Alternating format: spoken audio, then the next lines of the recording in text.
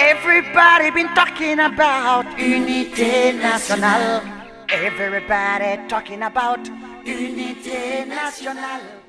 Merci à toutes, merci à tous, merci à tous nos amis de CI Benelux TV.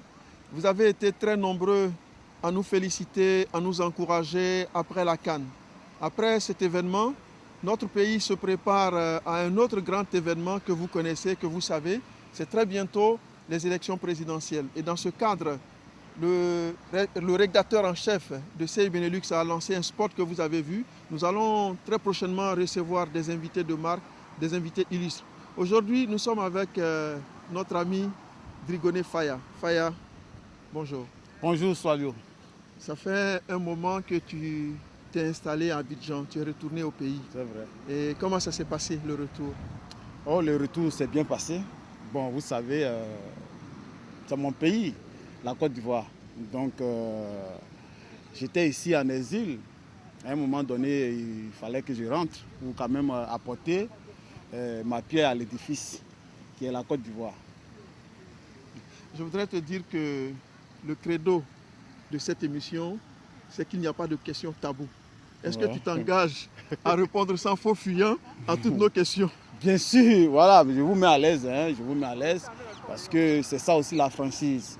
Et moi, je suis pour la vérité, rien que la vérité. Parce que dans ce monde d'aujourd'hui, ceux qui disent la vérité sont peu.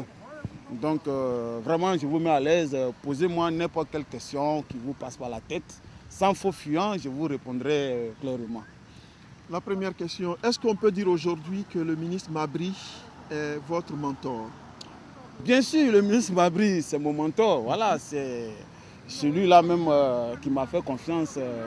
Je suis à ses côtés aujourd'hui, je suis dans son cabinet. Donc voilà, c'est mon mentor, je l'assume. Et pourquoi avoir choisi l'UDPCI? Parce que je sais que vous avez des amis au RDR, oui, au PDCI, oui, au FPI. Oui. Mais pourquoi avoir choisi l'UDPCI?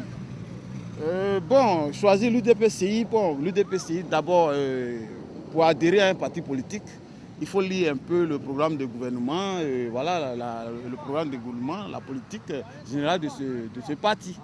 Et j'ai quand même parcouru tout cela. J'ai vu que leur programme, ça allait avec ma vision de la Côte d'Ivoire.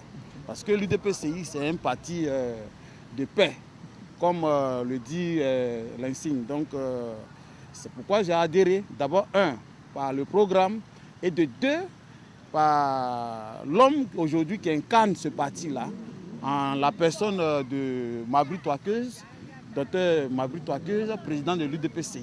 C'est un homme de confiance, c'est quelqu'un qui a une vision claire et nette pour la Côte d'Ivoire. C'est quelqu'un en qui aujourd'hui on peut mettre toute sa confiance et dormir tranquille.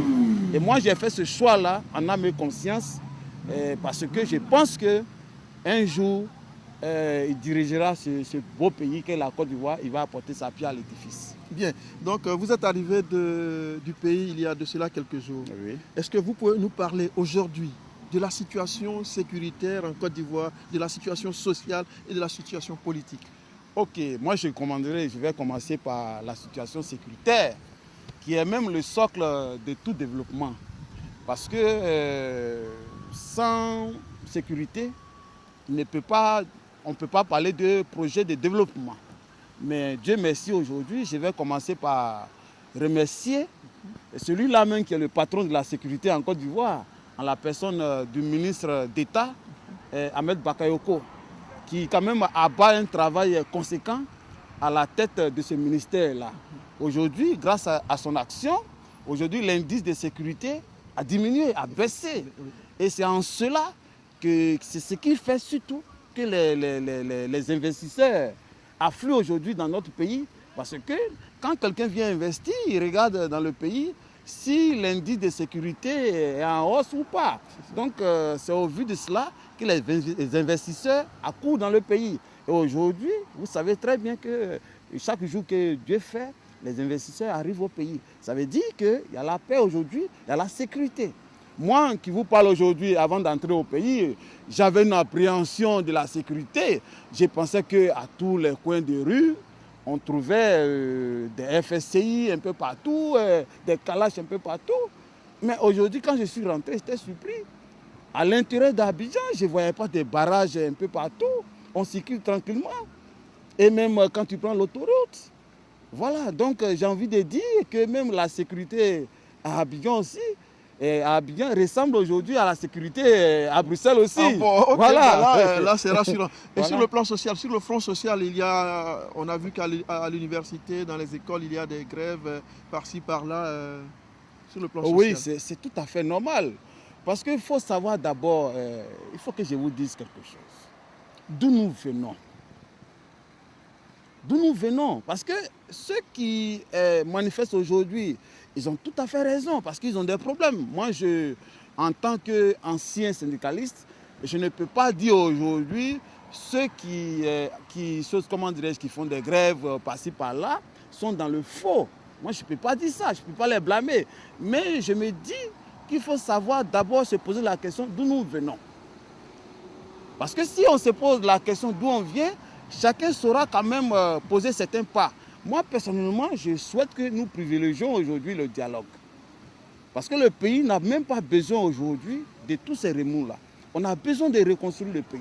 On a besoin de poser des actes concrets pour le développement de ce pays-là. Parce que c'est très important. Pour moi, sans paix, sans stabilité, il ne peut pas avoir de développement. Et ce qui se passe aujourd'hui comme grève, de toutes les façons, le président de la République a pris des mesures pour quand même les satisfaire. Okay. Et je pense que le front social qui s'anime un peu, c'est tout à fait de bonnes guerres. Okay. Mais bon, ça va passer ça. Okay. Et sur le plan politique? Bon, sur le plan politique, vous-même, vous voyez, nos frères du FPI, bon, il y a quand même une crise interne aujourd'hui au FPI. C'est une crise qu'on regrette parce que tout État souhaite avoir une opposition forte pour quand même faire avancer la société ivoirienne. Parce que sans opposition forte, le pouvoir en place peut être à l'aise. Parce que l'opposition critique. Et en fonction des critiques, le pouvoir en place tient compte de ces critiques-là pour faire avancer le pays. Et moi, je pense que, bon, à leur niveau, ils vont se ressaisir. Okay. Parce que ce à quoi nous assistons aujourd'hui, ce n'est pas joli. Donc, à part ça, moi, mon parti se porte bien. Voilà, l'UDPCI, voilà. Et le président Mabry, vraiment, je tiens encore à le féliciter parce qu'il tient la manette, il conduit très bien l'UDPCI. Et aujourd'hui, le président de la République lui a confié un ministère clé, plan et développement. Mais aujourd'hui, quand même, on voit le travail qu'il a bas à la tête de ce ministère-là. Je tiens encore à le féliciter pour le travail qu'il a bas à la tête de cette institution-là, surtout de ce ministère. Okay. Vous êtes de Vavois. Oui. En tant que fils de Vavois, oui. Qu'est-ce que vous comptez, qu'est-ce que vous souhaitez faire pour votre région? Je te remercie parce que quand on parle de Vavois, ça me touche beaucoup.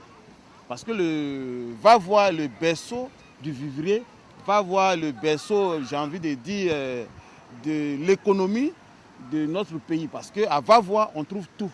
Tu as le café, tu as le cacao, tu as vraiment beaucoup de choses. Vavois nourrit, j'ai envie de dire, toute la population ivoirienne.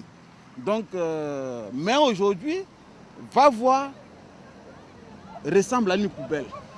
C'est un peu fort, mais Vavois a vraiment pris beaucoup de retard. Donc, Vavois pour moi aujourd'hui, Vavois me touche. Et ce que je peux faire pour que Vavois avance, je le ferai. C'est pourquoi nous avons quand même entrepris un certain nombre de démarches auprès des différents cadres pour quand même avoir une grosse mutuelle, une grande mutuelle au niveau des cadres de Vavois. Parce que à travers la mutuelle, là, nous pouvons parler du développement de Vavois. C'est des choses qui n'existent pas à Vavois. Voilà. Et aussi, tout récemment, vous avez fait déplacer le ministre Mabry à Vavois. Oui, mais c'est la suite logique. C'est la suite logique de ce que je souhaite pour Vavois. Je souhaite que ce département-là soit un département développé comme les autres départements. Je dis qu'à Vavois, on manque de tout. Au niveau de l'éducation, j'ai envie de dire des écoles. Aujourd'hui, où je vous parle, le frère Soalio, mes jeunes frères vont à l'école sous des paillotes. Au 21e siècle. Au 21e siècle, sous Alors des là, paillotes. C'est pas fort ça, c'est pas Le c'est pas ministre fort. d'État, ministre du Plan, est allé lui-même constater cela.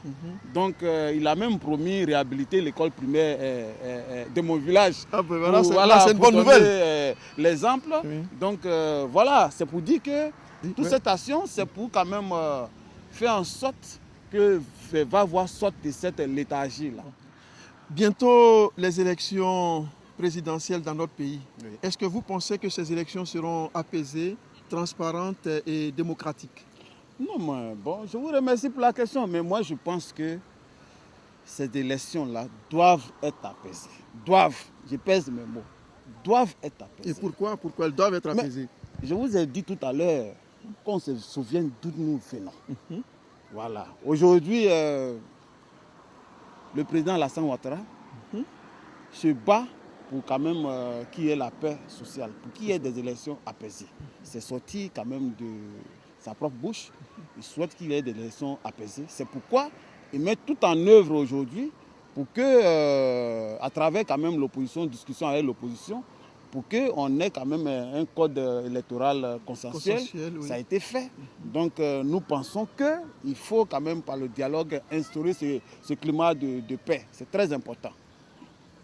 Et j'ai envie de vous dire qu'avec tout ce qu'a connu le pays, personne n'a intérêt à ce qu'il y ait encore une répétition de 3 000 ou de 4 000 morts. Ça n'arrange personne.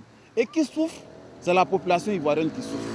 Parce que quand il y a instabilité, c'est les premières choses, comment dirais-je, victimes. Oui, c'est ça. Donc moi, ça me fait mal au cœur que pour des élections, c'est un jeu, les élections. Celui-là a gagné, on va le féliciter. Il y a beaucoup Comme tout d'exemples. récemment au Nigeria. Bien sûr, il y a beaucoup d'exemples. Dans le monde entier, il y a beaucoup d'exemples. Si c'est pays européens, tu vois un peu à Bruxelles où nous sommes ici, en France, un peu Oui. partout. Et l'exemple de Bruxelles, comme vous le dites, Voilà. c'était le PS, le Parti Socialiste qui était au pouvoir. Voilà. Il y a quelques mois, c'est le mouvement réformateur et la vie continue. Voilà, donc c'est cette alternance tranquille qui se passe à la tête de certains pays. Pourquoi pas en Côte d'Ivoire? Everybody been talking about unité nationale. Everybody talking about unité nationale. Everybody been talking about unité nationale. Everybody talking about unité nationale.